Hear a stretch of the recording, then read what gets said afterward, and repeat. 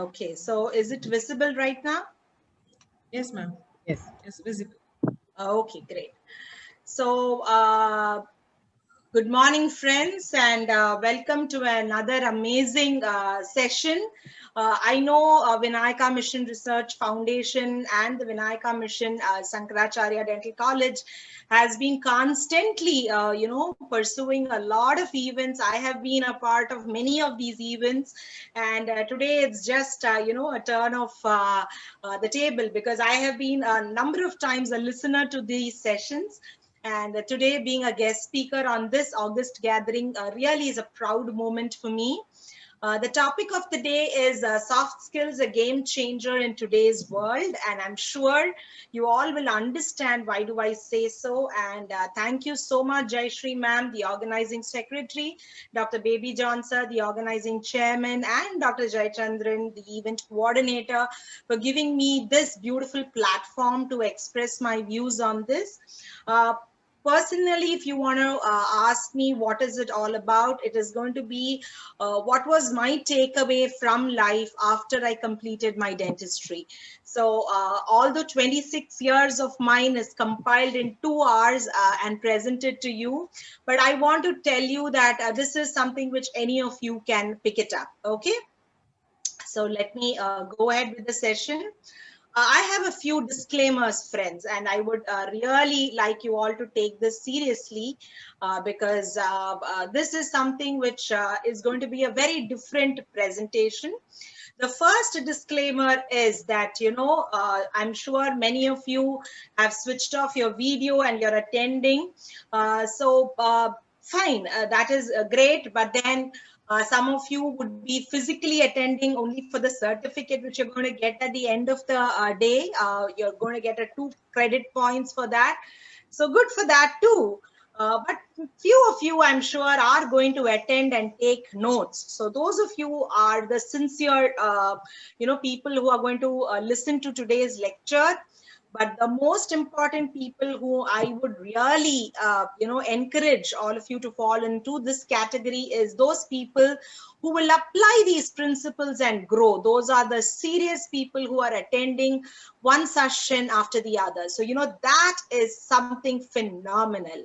So I would encourage all of you to apply these principles because that is what I did from every lecture I attended. So in the last 26 years of my life, after becoming a professional, I have never left any, CDE program or any of these programs. And I took them very seriously. I used to write notes. I used to come back home. I used to very critically examine myself and see how I could improvise. And that is where I stand today.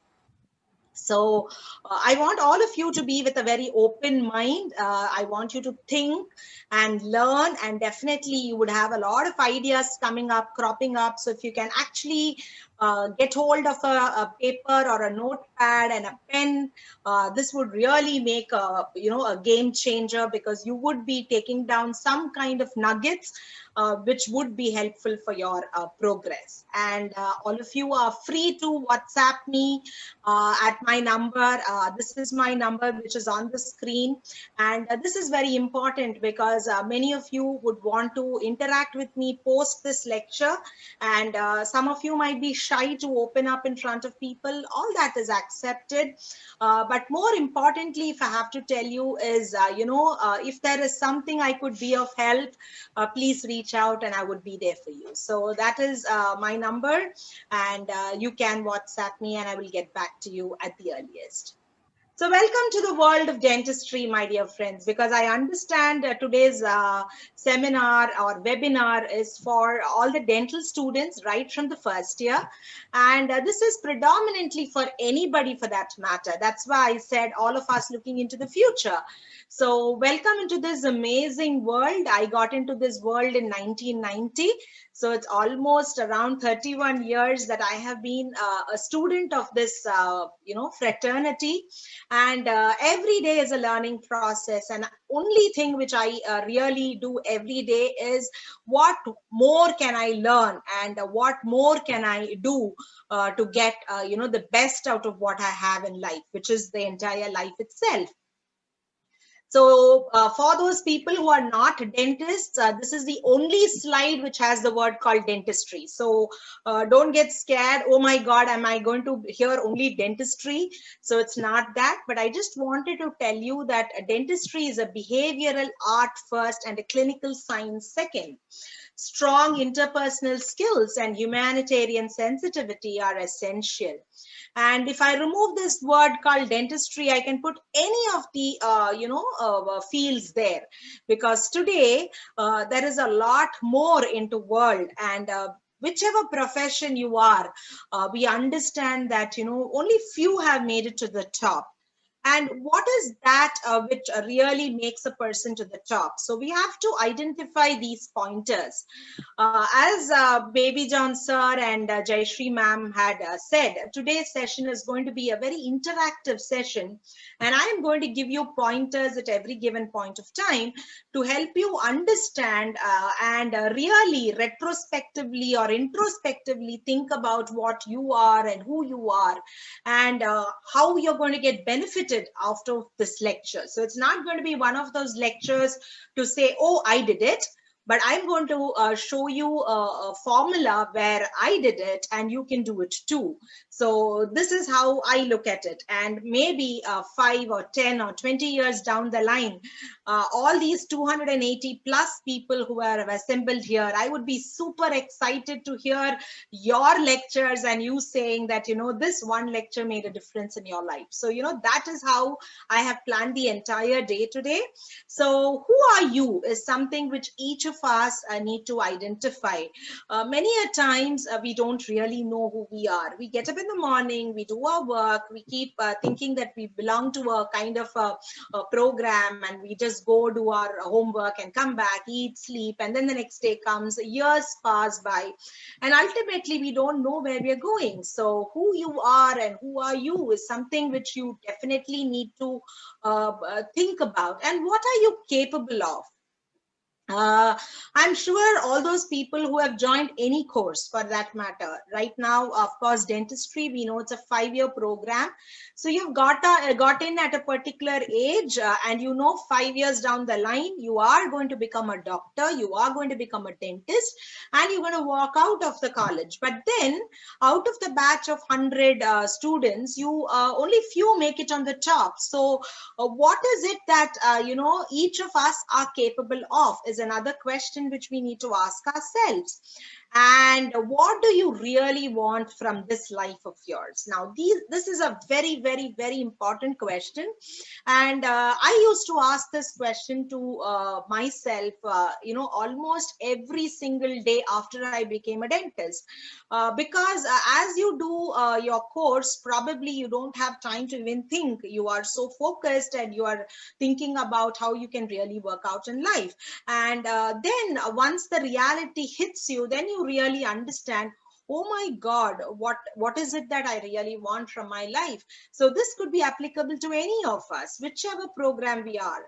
So I am going to share my journey of life and what are the lessons I learned. And as Jayashree ma'am very clearly and very, in a very cliche manner, she said, we learned it the hard way. And I want to confess, I learned it the hard way too. There was nobody to sit down and tell me like, these are the pointers and these are the areas you need to work. And once you do that, success is going to come your way.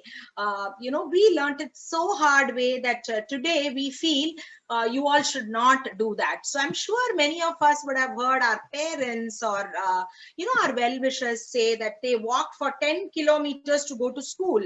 Now, they never told us those stories to tell us that you walk 10 kilometers and go to school. They just told you these because they wanted you to understand that it was not a bed of roses, but they made it in spite of all those challenges. So pretty much that is what I would like to say. And I definitely, I know I can really inculcate some kind of a hope in many of you today. So these are the lessons which I learned from my journey of life, a little bit into my story. So I, graduated from Raga's Dental College and Hospital, and I was graduated in 1995 after finishing my house surgeonship. And I was fortunate because my college was looking out for lecturers, and I was imbibed into my college. In those days, we never had any interviews or anything of that sort. The good students were asked if they were ready to work, and I was one of the good students. Out of the 17 subjects, I topped in 11. So, I can feel very proud of myself for that. And, Dr. Gunaseelan, for all those people, he's an iconic oral surgeon, a person whom I have a lot of reverence to. So he called up and he said, Vidya, I want you to meet me. And remember, friends, those were the days when cell phones were not there. So we had these landlines, and my landline was not working. And I used to work in a dental clinic, and Dr. Uday Raja, I'm sure many of you would know these names. They're all, icons today in the field of dentistry. So I had gone to Uday Raja sir's clinic as a clinical assistant in the evening. And he just said, Vidya, I got a call from Gunaseelan, and he wants you to meet him tomorrow. So I went and met him, and sir said, Vidya, join today. And I was not mentally prepared. I did not know why he called, because Dr. Uday Raja also did not know what. So anyway, long story short, I joined and I worked for 11 long years. Okay. So that is where Sunanda was my student, and many people from VMS, Savita, Saravanan, all of them were my students there. And during those times, I was, really not very happy. See, thing is, being contented and being happy, they are two different things. So I was a BDS. I'm still a BDS, which is a Bachelor of Dental Surgery. And in those days, we had to write this exams. And I used to write those exams, and I never, qualified for the master's degree. Always I used to lose. I used to come within the first 100, 150, but only the first 7 to 14 people were given the seats. And then being a forward cast, again, that played a, game changer. So nevertheless, I was always looking. I was very open-minded, and that's why I'm telling you in the beginning of the lecture to be very open-minded. So I looked into the newspaper, and those days this internet and all was not there. So there was a call for from Symbiosis Pune, and that's when I went and did my medico-legal systems. And you can see Ram Malani there, the senior counsel, and people who know the law world. He was there, and I was so enamored by the kind of knowledge he was pouring there, and I was super excited.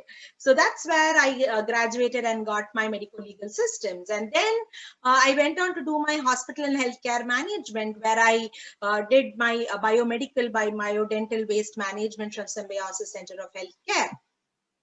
And after doing that, I published a textbook of my own called Going Green. Now, this is again a game changer, because when I was doing this project for biodental biomedical waste management, my thought process was, see, we are using gloves and mask and head cap and whatnot, and we are just throwing it into a dustbin. Now, what happens after the dustbin? Now, where does it go? How is it, eco-friendly for our environment? And, when I was thinking about all this in 2002, I used to have a lot of things, because we used to just burn it. That is all it was there, not even incineration. The big, pit was dug up in the college, and they used to just burn it. All this was really working up in my mind, and I felt like, I needed to do something about it. And so my project was on going green. Today we talk about environmental science. We talk about, conservation of the atmospheric air and water, soil, and things like that. So in 2002, it was actually not heard about. So that is where the Going Green book came. And what is a game changer? Till last year, this book was sold only for 120 rupees. Okay.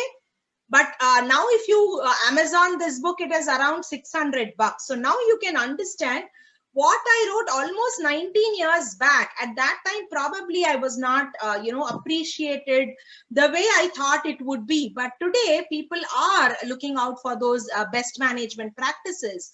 So sometimes when you work hard, don't feel that you're not rewarded, friends. Your time will come. That's what I'm, trying to say. And this is Dr. Mir Mustafa Hussain, and he's the Vice Chancellor of the Tamil Nadu MGR Medical University. And I was awarded by him for, my work on environmental science. Today, if we are so scared of the air we breathe in, haven't we also contributed to the pollution part? When I look at it, I felt, yes, all of us have. And, I'm just proud of myself that I had a small role to play in this game-changing event, that I said how the gloves, how the masks, and how the head caps and all the things in the dental industry should be, the biomedical waste management has to be done. So if you see those yellow, red, and green or blue bags in your departments, you can think about me. So I was instrumental in that. And Sunanda was also a part of that project. She was a house surgeon at that time. And I went on to represent the Ministry of Environment and Forest, Government of India, the Tamil Nadu Pollution Control Board, and the Biomedical Waste Management, where I was the only speaker, only women. So if you are a lot of women there, I want to tell you there is a lot of hope, okay? Because we think we are in a man's world, but not really. If you really want to inch towards your success, you can make a mark for yourself. And today, when people say my name, they think it is synonymous with the word laser.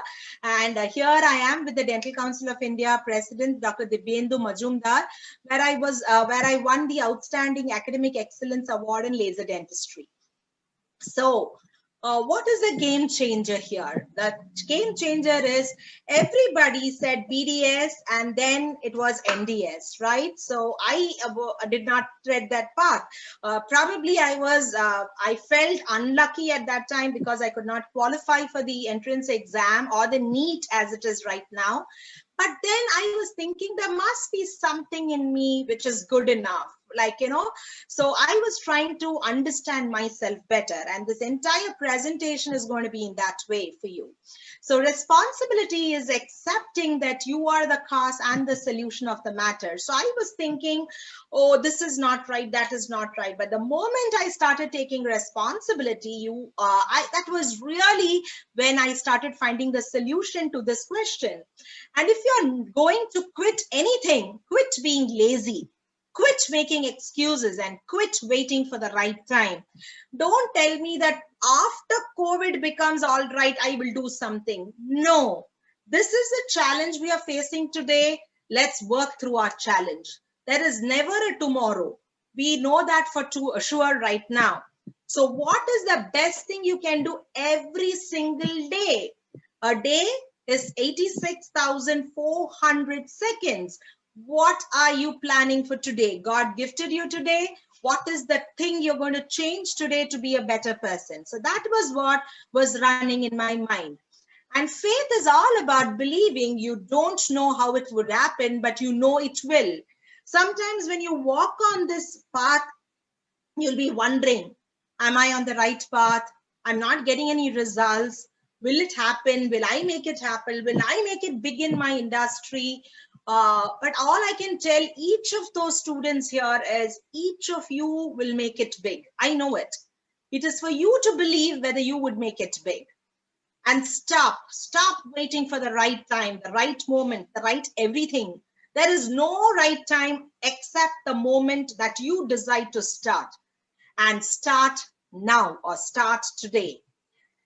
Failure is simply the opportunity to begin again, but this time more intelligently. And that's what Henry Ford said. And this is very important because, every time I failed my MDS exam, I was just thinking, what is God trying to tell me? What is it that he's trying to, show me something that I am not able to see with my naked eyes? Is there some heart's calling? And I said, okay, let me look at it. And today, what people see is only the success. People don't see the discouragement, the time it took, the sacrifices I made, the disappointments I had, the failures I faced, the loss I had, the hard work I put in, the investment of my time, my effort, and all those mistakes I did. But that's okay, because all of us have all those backstabs at behind, and we want to put in our best foot forward for people, because we want each of you to understand that success is only the tip of the iceberg, and that is what is very important. As Robert Frost said, I took the road less traveled by, and that has made all the difference. So today, if Baby John sir said that, I am multi-talented, thank you so much, sir. It's only because of this saying, because, when things were not going my way, I was thinking, what is the next best thing I could do? So I did my Master of Science in Counseling and Psychotherapy, and I went on to do my MPhil.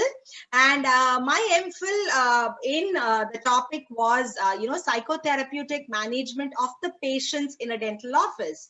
Because I personally felt that, many of the patients who come to the dental clinic are having subjective and objective fears, and all these fears are all in their mind. So how can I make dentistry less stress for them, or stress free, not only for the patients, even for the doctors, because we are doing it day in and day out, and I would love to enjoy my work and work. And then I realized human emotions, the thoughts, the feelings, and the actions are all same for every one of us. None of us are spared. And that is when I realized, and I said, I am going to see what best I can do. So this is one of my quotes: explore new horizons, reinvent yourself every day, and constantly challenge the challenges, because it's one life you got. Don't just breathe. Live your life king size. Take one day at a time and evolve as a person in your journey of life, because you're worth it, right? So that is what I realized.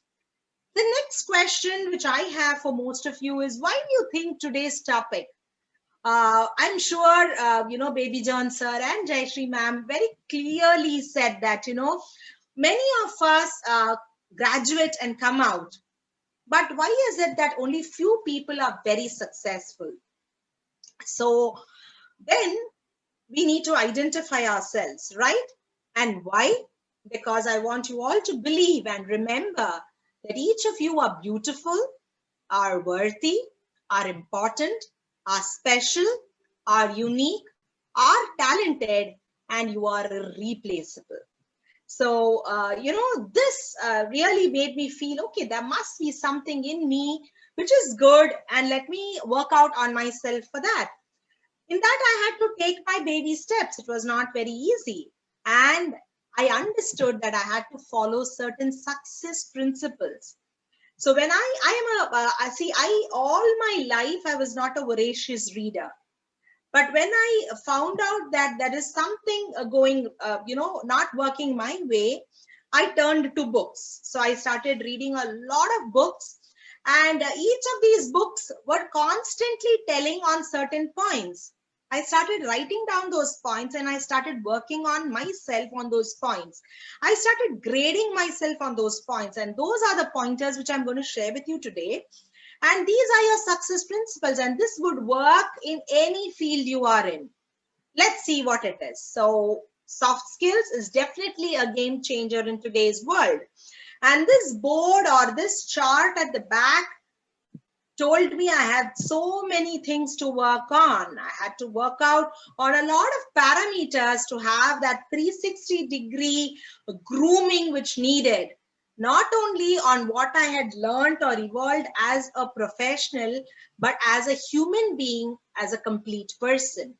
So what exactly are soft skills? Now, this is a question which I guess almost 5-6 people asked me as soon as this brochure was out. So soft skills are personal attributes needed for success on any job. And what is that? It is time management, networking, teamwork, creative thinking, and conflict resolution. So what exactly are these soft skills? Now we have understood. Now, what are hard skills versus soft skills? Now, hard skills are things which are teachable abilities or skill sets that are easy to quantify, like when you speak few languages, or a degree or a certificate you would get, a typing speed, a machine operation, or any computer programming. Those are all hard skills. But what is soft skills? Soft skills is also called as people skills or interpersonal skills, how we behave with each other. And that is why this topic is good for anybody. How do you communicate? How flexible are you? What is your leadership quality? How are you good in a teamwork? And how do you manage your time? So if I tell you today, if there is something very important or which is going to be the game changer or that thing which is going to take you away from the rest, it is your soft skill. So let's see what all are the soft skills available or what we need to hone on us. It is clear communication, listening skills, self-control, positive attitude, assertiveness, conflict resolution, problem solving, empathy, patience, etiquette, manners, self-management, time management, confidence, focus, common sense, situational awareness, improvisation, enthusiasm, optimism, depersonalization, taking responsibility, and a sense of humor. I am sure I cannot cover all these topics in 1 hour or 1.5 hours that is given to me. So I have now picked up few of the topics and I'm going to talk about them today.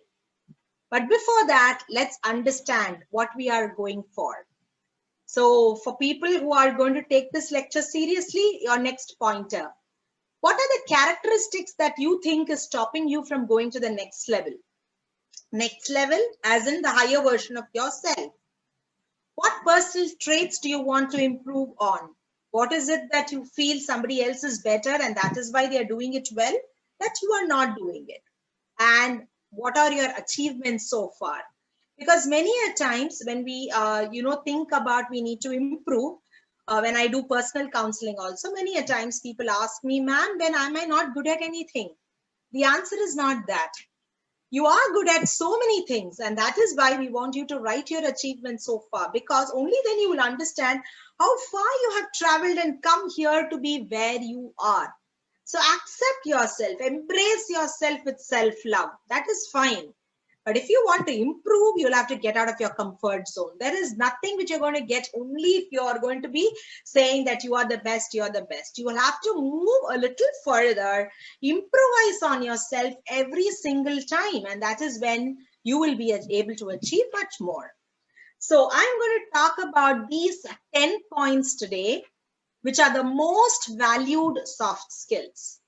So let's go and look at them one by one and understand them a little more deeper. Confidence, that is the first thing. So 10 ways how you can boost your confidence. First, list your strength. Whatever you're good at, make a note of it. And accept your limitations. See, all of us might have our limitations and know it. Address it, that's all. And don't should yourself, I should have done that, I should have done this. Don't go into that mode, because that will, dampen your spirits and reduce your confidence. And gain some perspective. See, when somebody is talking about something, there are only two sides of the coin, right? A right side and a wrong side. But in reality, there are actually three sides. One side which they will say they are right, the other side they will say they are wrong, and the other side which is the truth. We need to understand that lateral or that creative thinking by understanding a new perspective. And for that, you might need somebody called a mentor, a person who's able to see the back of you. See, what you can see is only a 180 degrees right in front of you. What you can't see is something called the blind spots. So that is why when we don't know anything in college, we go to our senior, we go to our teacher. And if they don't know something, they say that, I will look up and get back to you. That is very good because you know what you don't know. That is the biggest strength. Now, when you know that you don't know something, you're ready to learn it from somebody who knows that. And that would give you a very clearer perspective because they can see the other 180 degrees, which you can't see at all in your life. So always you would need a mentor and try something new. See, in Tamil, we say, arachamaviye arakkirathu, right? Which means grinding the same thing. Then you will get the same result. You're not going to get a different result then. So you need to try something new and celebrate your wins. Even if it is just a small thing, give a pat on your back and say, hey, you did it. That was good. You have to be your best cheerleader. Next, practice positive self-talk. Be very careful what you say. Accept compliments. When somebody is complimenting you, don't try to question the compliment. Somebody is saying, hey, you're looking nice today. Say thank you first. Okay. And then you look at yourself, oh, what is it that I did differently today? So all these small things, accept the compliments and acknowledge them and show others how to treat you. That's only when you treat yourself with confidence. And be kind to yourself. Many a times we lash at ourselves. We are so self-critical that our confidence is actually broken down not by others, but by ourselves. So that is also very important. And remove that can't from you. Everything is, I can do it. And I will do it better next day. And we have to constantly improvise on this. As Walt Disney said, all our dreams can come true if we have the courage to pursue them. You should be courageous because, you know, God gives you challenges only what you can face. He knows your strength. Imagine a child in a father's hand. I'm sure all the fathers would agree. When you throw your child in the air, the child is so happy, enjoying that feel. They don't know law of gravity that if you don't hold them, they'll fall down, they'll break their head and all. But what is it that the child feels? The child feels that my dad is going to be there for me, holding me, embracing me, and taking care of me. Now, replace dad with God. So when you are going through challenges and God is throwing you up, be very sure He is going to be there to hold you. And He is just there at the right time to hold you. So this kind of courage and confidence should be there in each one of us. Only then we will be able to pursue our dreams because our dreams are going to be bigger than the reality today. Next, as Eleanor Roosevelt said, the future belongs to those who believe in the beauty of their dreams. So dream big, my dear friends. As Abdul Kalam ji said, dare to dream. That is how you should be. Your dreams should be so daring that others should laugh at your dreams. That is the power of your dreams. Only then the courage will come and only then the belief and the faith would come for you to move forward. So how to develop confidence in yourself? Visualize your confidence. You think of yourself how you want to be 5 years from today. Imagine that person. Keep thinking how confident you will be. And now let that person talk to you right now and say, you know what? I did this things to go there. How about you trying it? It's you. It's me. We are the same. It's just that I did it much before you and I did it more consistently than you. So that is how you need to visualize your confidence. Next, fill your life with motivation. And this I don't think any of us need it today because all of us are bombarded with good morning messages with, kind of motivation left, right, and center. But that's not important. What is important is, did you learn something from that? Did you apply it in your life? That is a game changer. Say yes more often.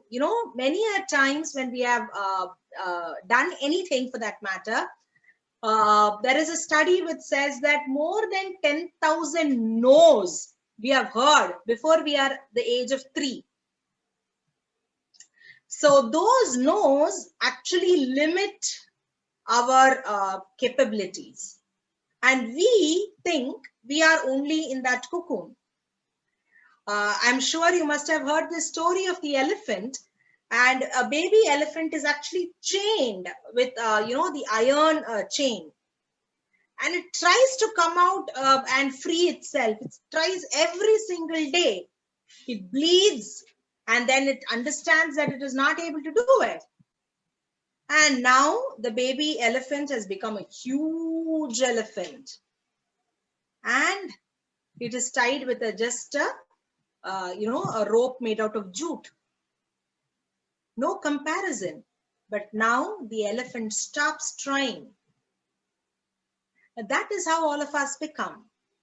For after hearing so many no's, we think our belief system gets shattered. It comes down, and we don't understand what we are capable of. But we know that, we are capable of a lot of things only if we understand that our strength is much more than the no we heard. So keep saying yes to yourself more often. Create and embody an alter ego. Many of us is, are exaggerated with this ego. Get over that. And you aren't nervous, you're excited. Many a times I have, whenever I used to prepare students for some seminar or something, they say, oh ma'am, we are very scared, especially for the, paper presentations and all. Will I win? Will I make it? I'll say, you're not nervous, you're only excited. You're going to do much better. You practice so much. Nobody knows about the topic as much as you know. Go get it done. And then when they come back with a prize, they're super excited. So understand that and create a power playlist and keep talking about that or listening to that. Celebrate your wins.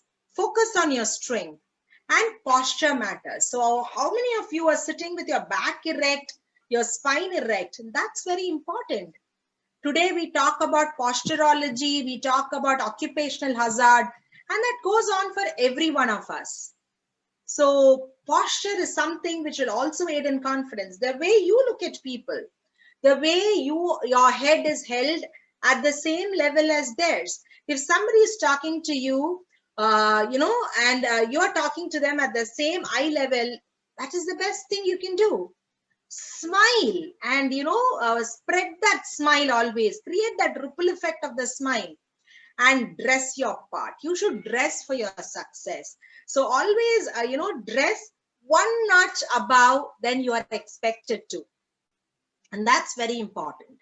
So when you are dressed confidently, I'm sure when it's your birthday or it's some very important, special day of your life, you go and stand in front of the mirror, you feel nice about yourself. Why do you feel that? Because you feel that you've, taken care of yourself. So self-love, self-care, all that comes into this dress the part. Believing in yourself is the first secret to success, my dear friends. And self-confidence is a superpower. Once you start to believe in yourself, magic starts happening. And that's the game changer. So believe in yourself and you will be unstoppable. Next, we're going to talk about time management. Here, you need to understand that all of us have only 24 hours. So how are we going to manage the time? So set your goals correctly. Prioritize wisely what you're going to do today and in that same order. Set a time limit. I do that always. I say, okay, in the next 15 minutes, I've got this work to do and these are the things I need to do. This is what I have to do. And my mind starts working on that. And take breaks in between tasks. If you're exhausted, you want to watch a kind of a funny movie or just laughs, do it, because all of us need that. And organize yourself. Organize your workplace, organize your cupboard, organize whatever you want in life. That will help you work better. Remove the non-essential tasks and plan well ahead. So how can you do that? You can either delegate the job to people who can do that. You can defer the work to people. We call it the skilled and the unskilled part of work. So the skilled part, you can do. The unskilled part, which you think somebody else can also do that, give it to them. And delete all the things which are boggling your mind and keep up to your time and do your tasks. So that will help you to time manage. So those are the 4 Ds. And your future is created by what you do today, not tomorrow. So they say do it now. And that is very important. Don't say I will do it tomorrow. Tomorrow never comes, right? And procrastination is the foundation of all disasters. That is what I said. Don't do it. Don't say the word tomorrow. If you can do something today, now, do it now. In Hindi, there is a proverb which says, Kal kare so aaj kare so ab, which means do it now. What you can do tomorrow, you can do it today. And if you can do it today, you can do it now. That's what it means. So it's very important for you to understand that now concept. And this is the Eisenhower matrix. And this is something which I follow every day. And I have been following this personally for over 26 years. And I can show you proofs that I've been following it because, you know, I never knew all these existed. But today I know that, you know, after getting into so much of psychotherapy and all, I know that there is this, you know, there's kind of a matrix there. So this is working on 2 spectrum. One is the urgency and the other is the importance.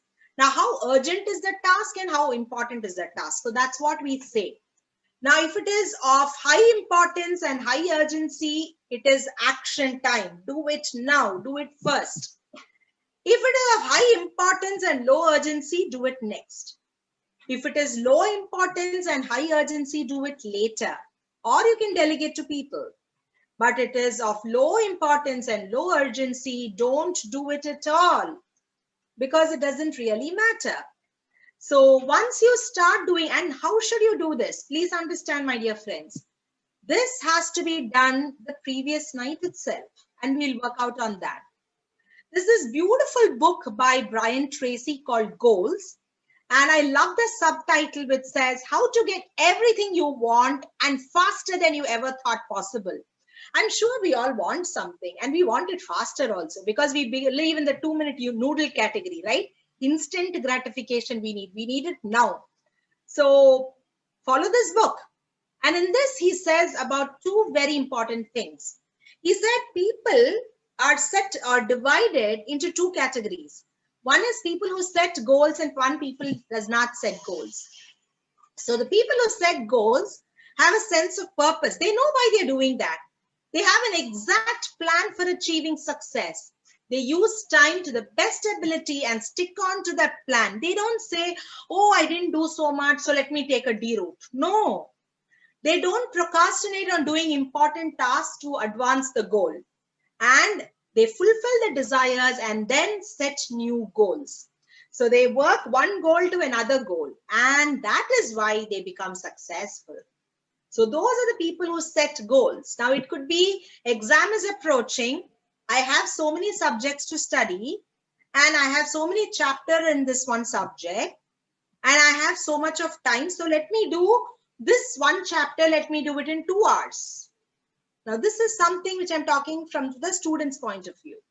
So that is how you set goals and you work towards that. And then you be happy because you've done so much at the end of the day. Now, a person who does not set goals is unsure of life's purpose. So they will get up, go eat, sleep. Again, next day, get up, go eat, sleep. Nothing works out. One day before the exam, they're sitting and cramming, hitting their head. And they are satisfied with that 30 or 40 marks they get because they know they didn't work towards it. So this is what happens if you don't set goals. And there are people who do not have a plan for success and get stalled along the way. They do not know what to spend time on to achieve success. And they always stay stagnant in their pursuit to success. So they don't do that extra mile. See, to be an extraordinary person, you should be away from the ordinary and you should do that work called extra.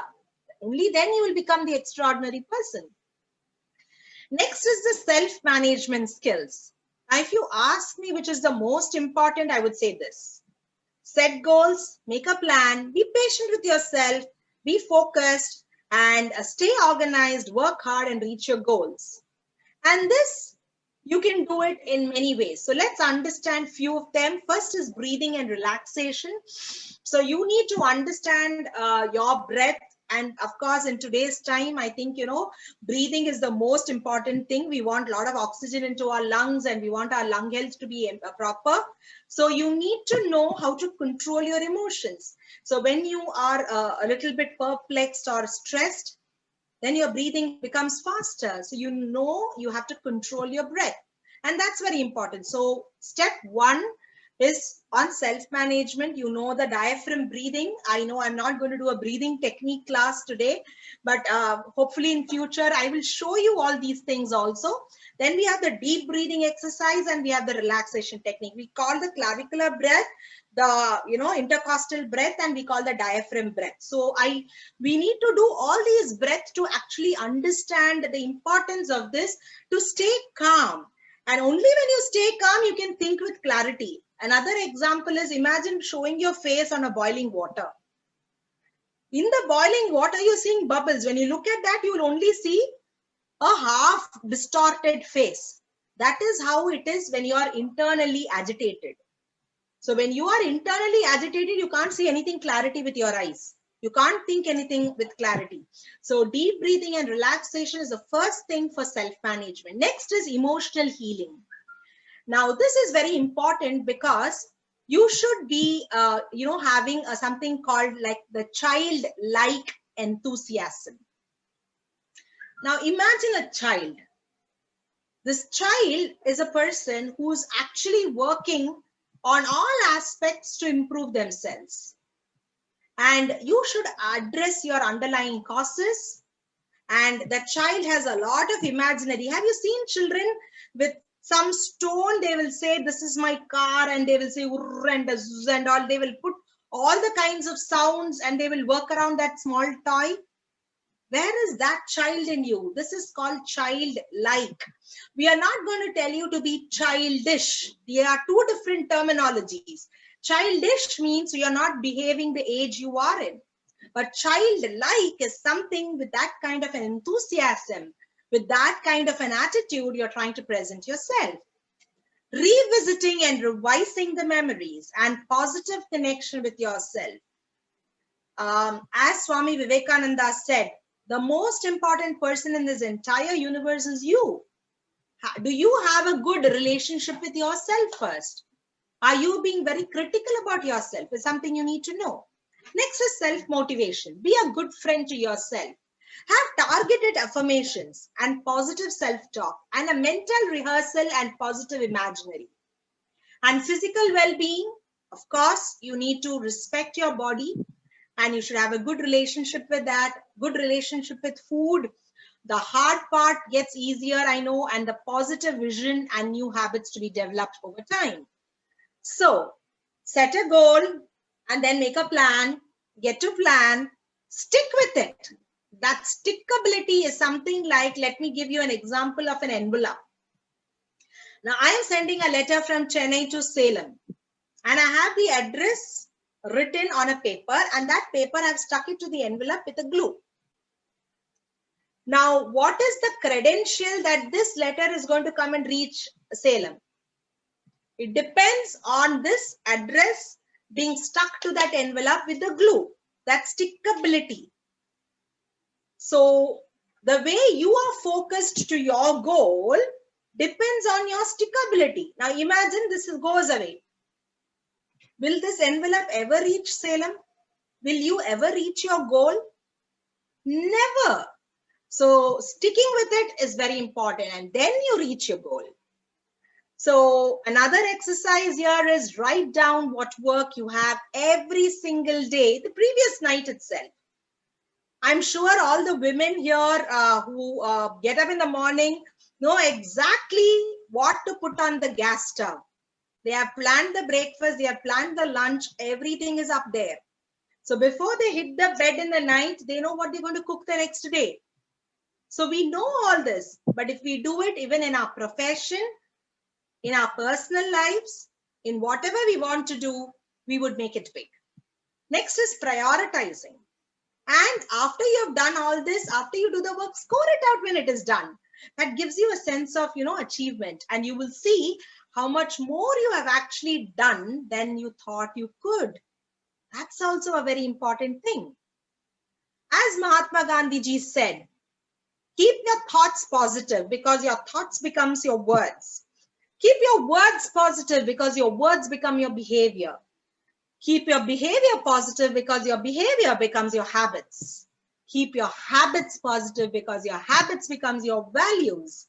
And keep your values positive because your values become your destiny. I honestly believe on value system. We were all faithfully yours to our teachers. The respect we had, the kind of reverence we have even today.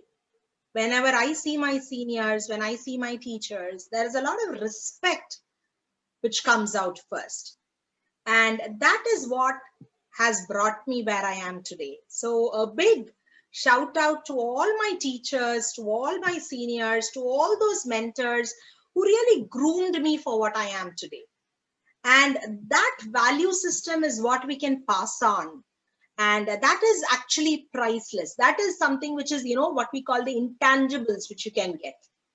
So speak what you want, my dear friends. Don't ever use words which you say that, I can't do it. I thought I could do it. Don't speak anything negative. You have to only speak what you want, because your words are your seeds. And these seeds of yours, you have to plant them, nourish, nurture, water them, and protect them from other outside people or circumstances or anything. So each word you say should be positive, and that is very important, right? Next, all management starts with self-management, which is the definition of intentions, actions to be taken, and quantifying those actions. Now, that's also very important. You need to quantify your actions. Only then you will get the desired results. And there is no such thing as time management. There is only self-management. So if you really self-manage yourself, your time management becomes so easy, because you would have conquered much more than that. Next is being friendly and, having the right kind of manners. What is friendliness? It is the kind actions and words that you show others, especially, when they can't do anything back to you. So I remember, whenever I go to my college right now, where I studied, where I worked, even the ayamas or the gardeners, even after so many years, they come and, stand and talk and all, because during those times, we made them feel special. I'm sure all of you must have watched that movie, Munna Bhai MBBS or Vasool Raja MBBS, where he really goes and, embraces and shows the kind of love or manners to people. And the entire movie evolved around that. The first time I saw the movie, I felt it was a dig at the doctors. I was not very happy. But when I saw it in a lighter mood, I realized there's so much more in that movie, right? So this kind of the attitude which you show it to people, and it can be anybody, random. And once you start doing it on a daily basis, you will see the kind of a ripple effect you create. Say thank you, say good morning. This does not cost anything. Say I'm sorry, excuse me, please. When you say you're sorry, actually, you know what? You value the relationship better, you value the person better, and you're giving up your ego. It could be to your husband, your spouse, your child. Many a times we are quite irrational in treating children. You can say, I'm sorry, I was angry, and I'm really sorry, but I love you. Keep saying that, because the child understands only love language. Behavior is always greater than knowledge, because in life there are many situations where knowledge fails, but behavior can still handle. This is your soft skill, my dear friends. Your knowledge is your hard skill. Your knowledge will definitely get you a work, but what will help you keep that work and grow will be your soft skill. Many a times I have had people coming up to me on a personal level and asking me, "Oh, they got promotion, I didn't get." So what is the difference? So what are your leadership qualities? This is what I ask them. I ask them, tell me a little more about your leadership qualities. And we can never grow in life by putting down somebody, friends. Please understand. All of us, wherever we are, tomorrow there will be somebody better than us. But how do we treat people? How do we, interact with people is very important. So be very kind. And that is why we say a behavior will handle things in situations which your degrees won't. Real education is your behavior with others and not your status, because nobody remembers your marks, your degrees, your designation on your death. People only remember you for the good or the bad behavior. So today we are seeing so many things happening around us. And in one word, when we say, "Oh my God, we lost that person," the first thing we want to say is the good things about them. It's not the study or the education they did. So it's always nice to be good, to be kind, to be empathetic with people. So what are the human behaviors which we need to hone? We need to hone a lot of things which would give us that kind of persona that we want to become, so that we are graded into good or bad. You can take up a paper and write what are your good attributes and what are your bad. Maybe anger, maybe, getting upset with people. Write it down and see how you can hone that. I'm not saying don't give up anger. You might have to get angry for certain things, but I would say follow the duck. Now, why the duck? Have you seen the duck in the water?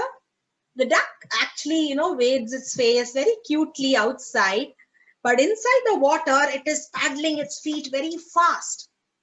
So, even if you're agitated inside, don't show it out. Have the best behavior possible. Don't fake it, but really live it. So what is behavior? Behavior is also like an iceberg, what we see and what we don't see. So what we don't see is the feelings, the uncertainty, the need, the thoughts and the overloads. And that is how the duck is. That's okay. But these causes can get better as you become better with yourself. Next is focus. I'm sure most of us lose out on this one soft skill. We want to do it, we have come so far, and then we say it's okay, and we say I wish I did that. So there is difference between a goal focused person and a wishful thinking person. I wish I did that is not going to get you anywhere, but goal focused person will try again one more time, and this time with much more of dedication. So success is a stepping stone. They say a failure is a stepping stone to success. But how do you fail your way to success? You fail with a little step of improvement. That is how you fail your way to success. Don't think fail, fail, fail, success will come one day. No, you have to learn and then you have to improvise yourself to go to the next failure, right? And starve your distractions and feed your focus. And this is something which I will definitely like to harp on, because today there is social media, there is a lot of bombardment of things which are acting as distraction. But if you are goal focused, all these distractions will actually wean away. And that is very important. And start saying no to all these distractions and start saying yes to focus. This is very important, friends, because when you want to grow in life, you need to know what all are your time stealers, and by saying no, you will be focusing more on what you want. So give yourself a gift of 5 minutes of contemplation in awe of everything you see around you. Go outside and turn your attention to the many miracles around you. This 5 minute a day regimen of appreciation and gratitude will help you focus on your life in awe. This is as said by Wayne Dyer. This is very important because we need to show our gratitude, our appreciation, at least for 5 minutes. And I do it every day as soon as I get up. The moment I know I'm going to get up, first thing is thank you, God. Thank you for giving me life today. I'm happy. Thank you, God. I'm alive today. Thank you, God. I'm blessed. I'm favored. I'm favored by you and the universe. Keep saying all this. Be in appreciation, be in gratitude, and you would see much more blessings coming your way. I'm sure all of us need to be ambitious, and then the ingredients for this is hard work, dedication, determination, and learning through our failures. But I want to say something today, probably, which I guess I'm saying it for the first time to a dental fraternity. For all those people, inclusive of Diana, whom she said, like, I'm sure you're going to fall in love with her after this session. I want to tell you that I was not an ambitious person at all. Still, I am not an ambitious person at all. Uh, See, I became the youngest president of the Indian Dental Association Madras branch, the youngest president, the youngest women president of the branch. But believe me, none of these posts I fought for. It was, it was given to me. And that is what I feel is so precious. And whatever I have, achieved so much in life, I have never asked for anything. It's just come on my way.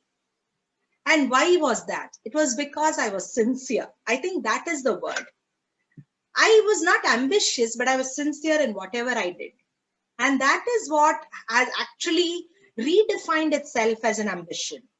So your ambition, when your ambition is very high, then your efforts should be even bigger. And as for me, when I say, I never thought I'm going to be a career-oriented woman. Today, if I say that, I'm sure my counterparts, my colleagues will laugh at me and say, enough, we believe you. But the truth is that I was not that way. I was just taking one day at a time. Okay, my first year, I did it well. My second year, I did it well. House surgeonship, I did it well. So at every given time, I tried to do my best. I was trying to be better than what I was yesterday. And that is all. And that way, I try to come out and become better and better and probably put in more and more efforts. So ambition beats the genius 99% of the time, as said by Jay Leno. This is very important because many a times people think talented people make it, make it in life. The answer is no. Hardworking people make it big. Sincere people make it big because ambition beats the genius. Hard work beats the genius. So that's very important. So ambition, knowledge, skills, and that is your stepping stone to success. So again, pointers. How do you see yourself in 1 year? How do you see yourself in 5 years? What do you want to achieve? And what is the price you're ready to pay today for your price tomorrow? Look at the spellings, Price and Prize. I paid a price, my dear friends. I stopped watching unnecessary television. I stopped reading unnecessary negative news. I stopped looking at statistics, which is harmful for my inner being. I paid my price. I invested that time on understanding myself and where I needed to fine tune myself. That's the price which each of us have to pay. Next is common sense. Common sense is like deodorant. The people who need it most never use it, right? I hope you got the joke in that. There are some things money just cannot buy, like manners, morals, and common sense. So many a times, all these are the soft skills which you need to develop, hone, and improvise on. And common sense is so rare these days that it should be classified as a superpower. And I believe in that, right? Let me tell you a story. So there was a temple, and this temple needed a renovation. And there were only 2 stones in that village, and all the village seniors, they go to one stone and say that, we want to make a new idol. And because we want to make a new idol, we are going to choose you as a stone. But we have a problem. We have a challenge because as the sculpture tries to make you into a statue, a beautiful goddess, you will be subjected to a lot of pain. So you will have to bear the pain. So at the first instance of the word pain, the stone says, "Oh my God, please, I don't want to go through any pain." You said there is another stone, right? So you go to that stone. So the village senior said, "Okay," and they go to the second stone. The second stone says, "No, I will never subject myself to pain. And you please go back to the first stone. I am not getting this done at all." So now the villagers have no other option. They go to the first stone again and plead and say, "You know what? After you become a statue, after you become a goddess, every day in the temple, we will be doing a lot of, prayers for you. We'll be decorating you. We will be making you feel the best. But just subject yourself to a little bit of pain as the sculpture carves you." So this goddess, the sculpture is working on it, and as he does that, she's turning out to be a very beautiful idol. So on the night when the sculpture has completed the idol, he himself is mesmerized by the beauty of the idol. And then he says, "You look so beautiful, goddess." And he started to sing praise, words of praise and hymns in her name. And very satisfiedly goes to sleep. At that time, all those, the stones, which have the parts of the bits of stone which has fallen down, they are looking at the goddess and saying, "Don't be very proud of yourself, okay? You're nothing great. You and me are the same." And that time the goddess smiles and says, "No, you and I are not the same. When he was, carving on me, I took the pain and I did not resist the pain. I took the pain and I was there with the pain. You resisted the pain and you chipped off. I bore the pain, and that is why I'm still a part of the stone." At that time, these pieces, they understood the value of what she said. Next day happened, the villagers came and, with all the pomp and splendor, the promises they made to that stone, they take her, a full procession happens, and then they go to the temples, place her, and then, do all the abhishekams and all the decorations and everything. And she is so, so happy. She says, "I'm going to give you all the wishes, grant all your wishes because you did that to me." Now, all of them are looking out like they want to do the offerings for the goddess. At that time, they're taking the coconut and they are trying to see, where do I break this coconut? There is no stone here. Now the villagers say, "Oh, that stone we saw there. Now nobody asked that stone, 'Can I take you? Are you willing to come?' No. They took the stone, kept it in front of the temple, and everyone started taking the coconuts and hitting it there." So that is what life is all about, my dear friends. Either you hone your soft skills and you evolve yourself to be a better person, or then you can give excuses and people will keep stamping all over you and, making use of you, and you will feel like you're not worth anything. That is called situational awareness, and we need to understand the levels of the situational awareness. So you're unaware, you're situationally aware, you're threat recognized, and then you put in the actions. So are you ready now? Are you ready to evolve? Are you ready to transform? Are you ready to take a chance? Are you ready to change? Are you ready to make the right choices? Are you ready to get better? Are you ready to get stronger, to achieve whatever your bigger dreams are, so that you can live your life again? And the time is now, my dear friends. This is a game changer. You have to make your choices. what are the things you want? You have to enlist them and make it done. Let's watch this video.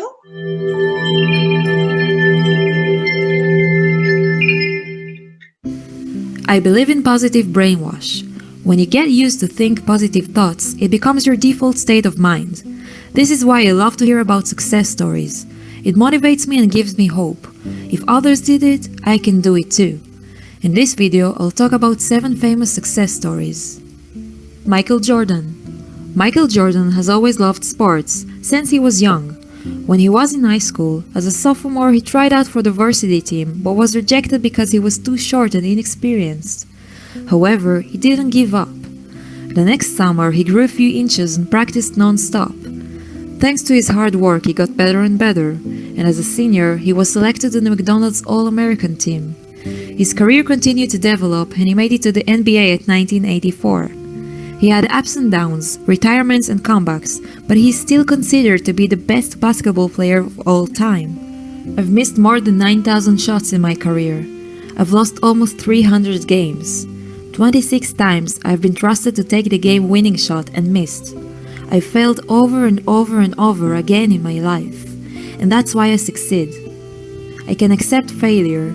Everyone fails at something, but I can't accept not trying. Oprah Winfrey. One of my favorite success stories is Oprah Winfrey's. She was born to a single teenage mother and lived her first years with her grandmother at such poverty she had to wear potato sacks as dresses.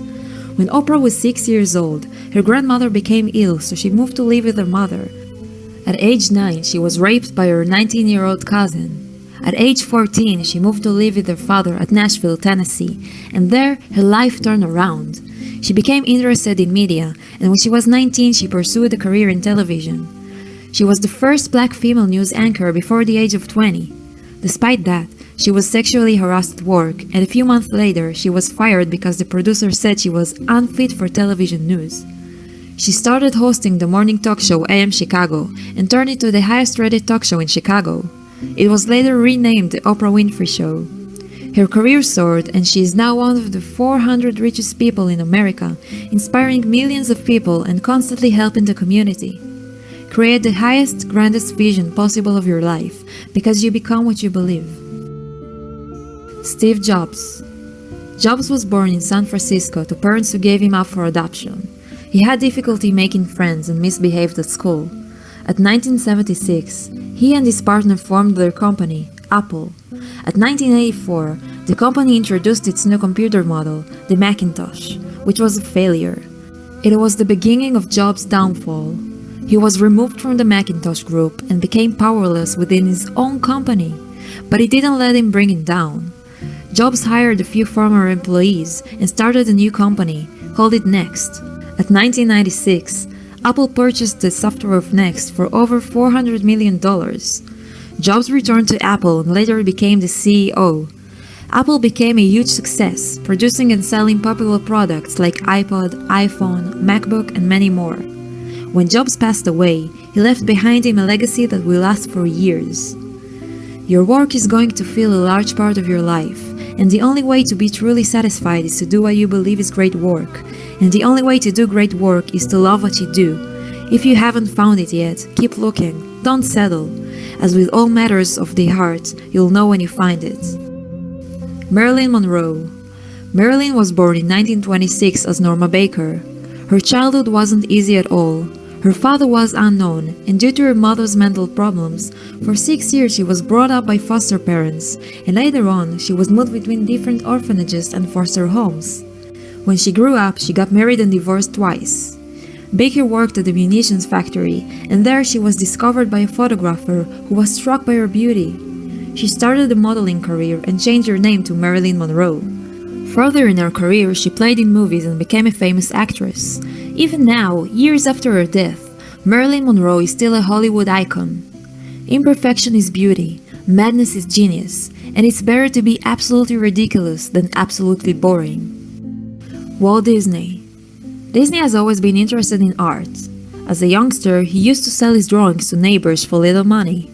When he grew up, he began to pursue a career in art and got a job at a newspaper, but he got fired because according to the publisher, he lacked imagination and had no good ideas.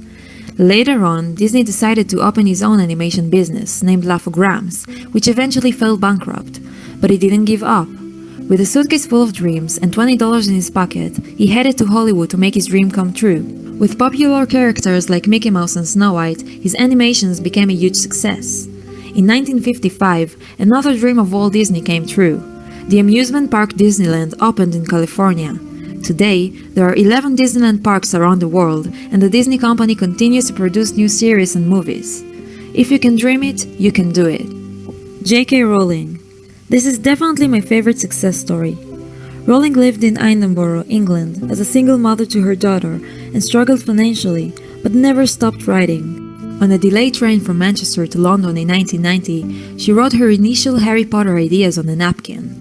In 1995, she finished writing Harry Potter and the Philosopher's Stone and submitted the book to 12 publish houses, all of which rejected it. A year later, she finally got a yes, and the first book was published. In 1999, the first 3 books of the Harry Potter series took over the top 3 slots of the New York Times bestseller list. By the summer of 2000, the 4th book in the series became the fastest-selling book in history. Rowling became a billionaire, though now she isn't because she has donated a large portion of her money. She continues to write books, and Harry Potter is still popular worldwide, with books, films, theme parks, and more. We do not need magic to change the world. We carry all the power we need inside ourselves already. We have the power to imagine better. It is our choices that show what we truly are, far more than our abilities. The lessons I learned from these stories are: everything is possible. Just believe in yourself and work hard. Find inspiration and take actions. Don't take no as an answer, and don't ever let others bring you down. If you like this video, give it the thumbs up. And So that's the beauty, and I'm sure you all enjoyed the video. So let's look at situational leadership theories as put forth by Hershey Blanchard. So he speaks about the delegating, supporting, coaching, and directing. And these are the developmental levels as to what you can achieve. And you need to understand that you should go into this level of, understanding your abilities as you move from the delegating, where your supportive and directive is low. And here your supportive is high and your directive is low. And then you have your coaching where supportive is high and directive is high. And then your directing where your supporting is low and the directive is high. So you need to understand the perfect combination where you need to have your situational leadership. So fear, I'm sure most of us want to do a lot of things, have dreams, but we have fear too. You have 2 options of fear. If you think fear is an acronym, forget everything and run, or face everything and rise. And world embraces people who face everything and rise. And the videos which you saw were just that choices which each of them took and faced life head on. So let your dreams be bigger than your fears and your actions louder than your words. Next is enthusiasm and optimism. Knowledge is power, we know, but enthusiasm pulls the switch on. Be the most excited person in the crowd, and you will be a crowd puller right away. There's nothing great was ever achieved without enthusiasm, as put down by Ralph Waldo Emerson. The last of the most important soft skill is empathy. Empathy means E, standing for eye contact, as I told you in the beginning. M, the muscles of facial expression.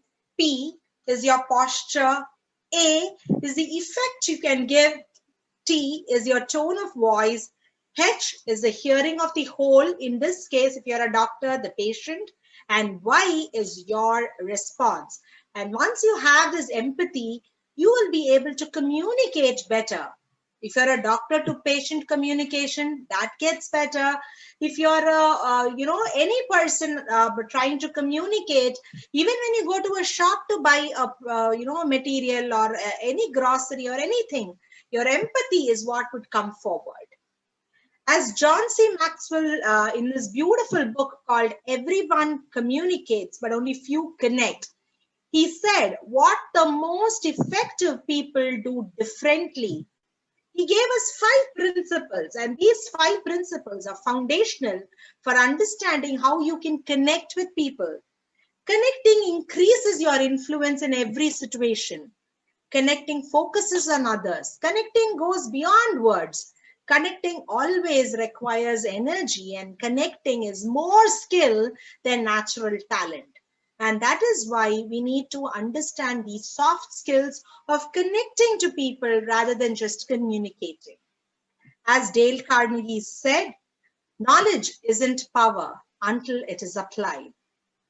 A diamond is just a piece of charcoal that handles stress exceptionally well, as I told you in that story.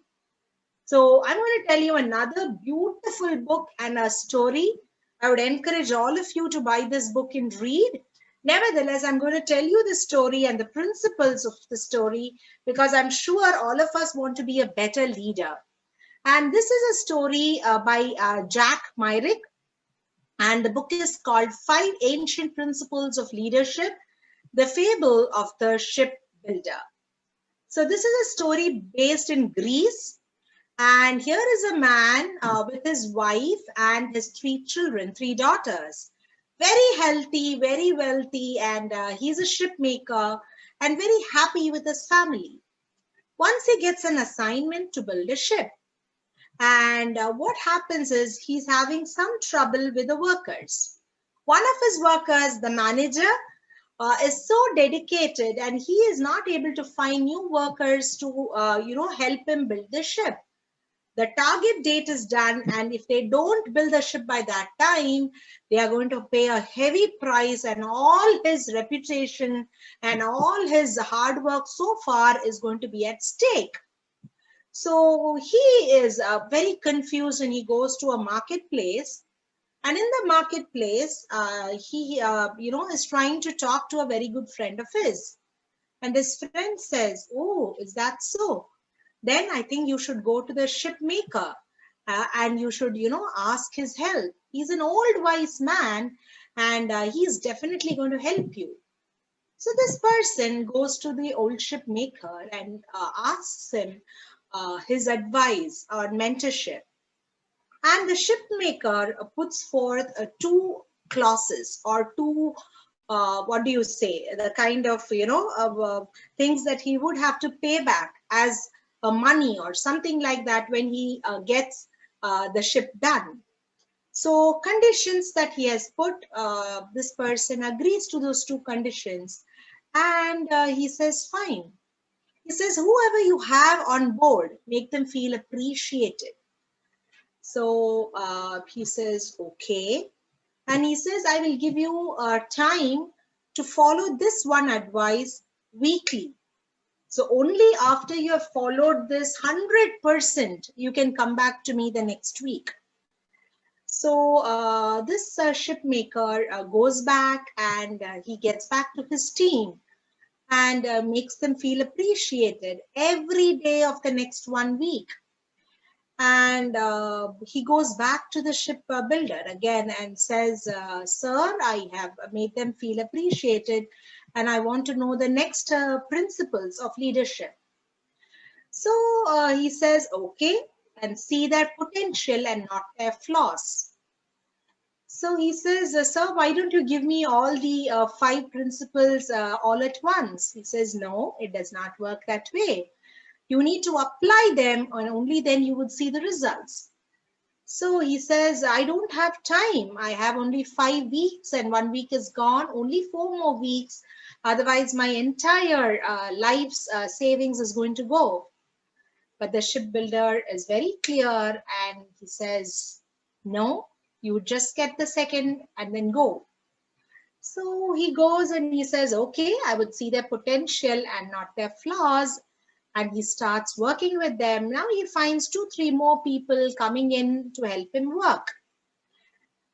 And the ship is taking some kind of a form. He now goes back the 3rd week, and the principle for the 3rd week is lead with authority and not with power. Many a times we don't understand the difference between leading by authority. Authority means when your subordinates readily are very happy to have you as a leader, as a mentor. But when you fight with power, that means you're pulling down somebody and then stepping up. So he asks the shipbuilder for the differences and understands what is authority, and then goes back and practices that with his men. Slowly he finds that men have doubled and tripled, and by the fourth week he can see that, yes, I guess my ship will get done and I would be able to complete it. So in the fourth week when he goes, the master says, as the fourth principle, love them first. So he goes back and gives all he can to his people and loves them. A magic happens at the fourth week. The moment he loves them, all these people start bringing their wife and children, because previously they used to work only for a particular time and they wanted to get back home to be spending time with the children and the wives. And the wives were asking, what are you doing? And they said, no, our master has to build the ship. And if he builds the ship, he's going to get a good contract and then we will get rewarded for that. But we have to work right now. So when all these wives started listening to this, they said, we will also come and work. The children said, Daddy, we will also come and work. So the whole village came to the shore and all of them started working. And the fifth was make them feel that they are a part of something special. And then he goes back and he says, the ship, and he keeps talking about the ship and what it is going to make to their lives. And everybody is super excited and the entire ship is made. And it's so beautiful to see that they are all super excited. And now the contractor comes up and the ship is going to be sold so that he gets the contract done. That time he sees the master walking in. And this person is wondering, why did master come here now? At that time, he just keeps silent and he understands, is master the buyer? Anyway, the master does not say anything, and to show his reverence, he goes back to the master and then he says, Master, thank you for those 5 ancient principles of leadership. My ship is made, but I have a question. I saw you today. What is it? So the master says, remember I told you the 2 conditions? The first condition is, continue your work the way you are. And the second thing is, pass on these 5 ancient principles of leadership to the next person you find worthy of it. And I found you worthy of it. When you came to me for the first time, I know you did not know that I was going to be the ship buyer, and I am the person who's going to give you that contract. Now, this person is questionable. He's asking, then why did you want to help me? You would have made more money. He says, no, it's not about that. It is about making you understand what were the qualities within you that you could have made the best ship builder what I could have ever created. So that is a beautiful story. When you read this book, you would really feel excited as you see how the ship is made and the 5 important nuggets of leadership. And I'm sure today I am at that level where I can say, I see each of you as those people to whom I want to give that authority that each of you can, groom yourself to become that leader. So these are the interpersonal skills which you need to really work on. Some could be verbal, some could be non-verbal, but better that you develop these interpersonal soft skills so that you can be a better person in life. Because success does not come just once. You will have to learn, you will have to practice, you'll have to improve yourself to get onto this world of success. A video now. I define success as Oh my gosh, you have challenged me right there.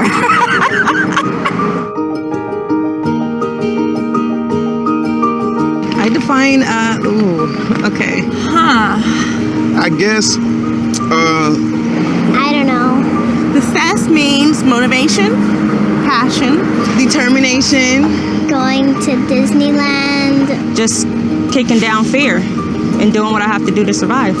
I define success by the amount of likes I receive on Instagram. I guess how I would define it would be the smiles that I see on my wife and kids' face each and every day I come home. That lets me know what I'm doing is worthwhile and to keep going. I would describe it in one word: sincerity.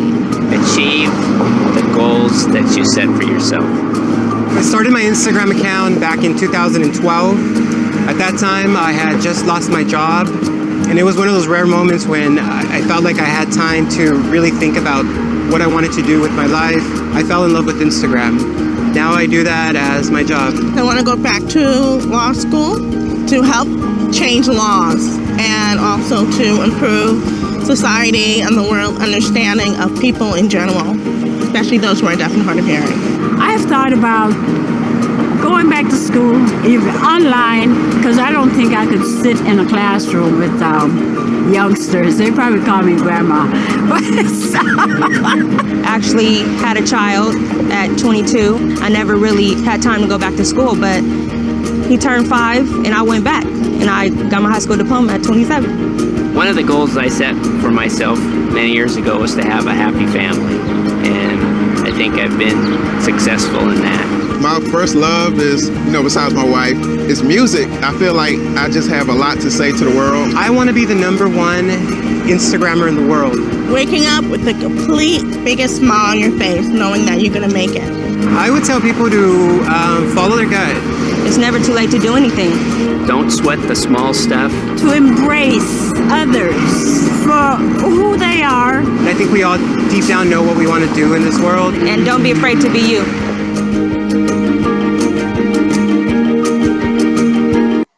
So, once I asked a wise man, "Tell me, sir, in which field could I make a great career?" He said with a smile, "Be a good human being. There is a lot of opportunity in this area and there's very little competition. So in whichever field you are in, just to help you understand, there is a lot of scope at wherever you are, because you need to develop that humanitarian empathy in whichever field you are." So your take-home messages today: accept challenges, accept the situations, and accept yourself. Stick to the present. Focus on the realistic expectations for yourself and the situation. Differentiate what you can and what you can't change. Take one step and then take the other. Rather than focusing on the worst case, think instead of what else is possible and look for the lesson. A short video about myself, just to help you understand how I paved my way to success.